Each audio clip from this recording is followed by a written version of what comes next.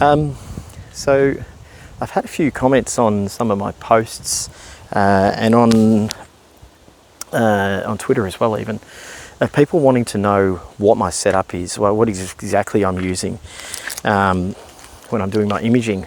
And so they want to know how I'm capturing these shots of galaxies and nebula and star clusters with a phone attached to a telescope. So I'm just going to walk you around my current setups just to explain exactly what I'm using, what allows me to get these images. So here, so this is my ED80, which sits on a CEM 26B. I have an ASI 120mm mini guide scope with a Zwo 30f4 mini scope. That's plugged into my ASI mini, which is plugged in the mouth, also plugged into the mini. I have a Teleview 25mm Plossl eyepiece with a newer phone mount. This one's not as good as the other phone mount. I'm going to order another one of the other ones, which you'll see in a minute.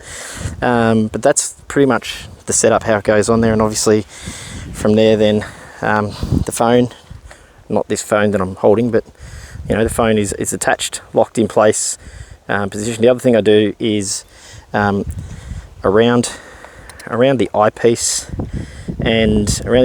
and camera mount area.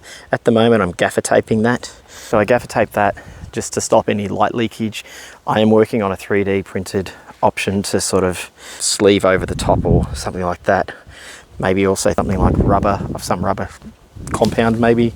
Something to do to just so I can stop using gaffer tape. The telescope is an ED80, so that's the setup here, controlled off the phone. So that's controlled off.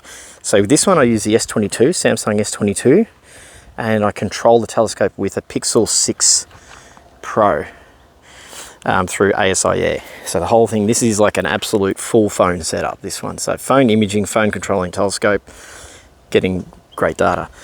And the other one is the Tak. I'll go around the other side so we can get closer to it.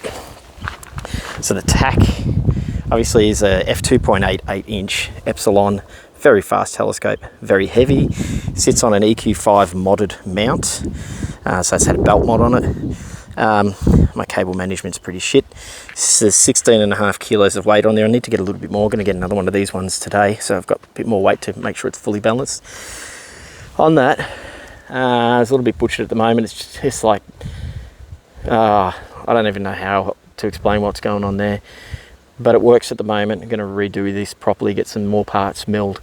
Then I've got a Teleview 24mm Panoptic eyepiece, and I have my AccuView Move Shoot Move. This thing is the best thing since sliced bread. It's an amazing phone holder. On that, I have a 60mm guide scope. I'm just punching my phone. A 60mm guide scope with an ASI 183mm guide camera. At the moment, this plugs into the laptop to work it.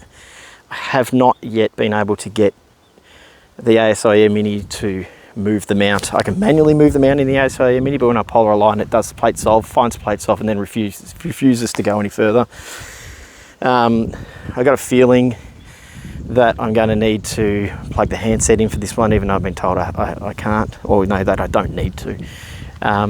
They're my setups. That's what I use to image, and that's what gets me all of those lovely shots. I'm trying to position myself right here. Yeah, that's what gets me all those lovely shots. That's what I'm using. I really want to get this one working on the ASI Air Mini, because then I don't need to have a laptop outside at night at all, and I can control both of them from a phone, and it's so much easier to polar align and move to objects as well. Yeah, pretty cool, huh? My babies.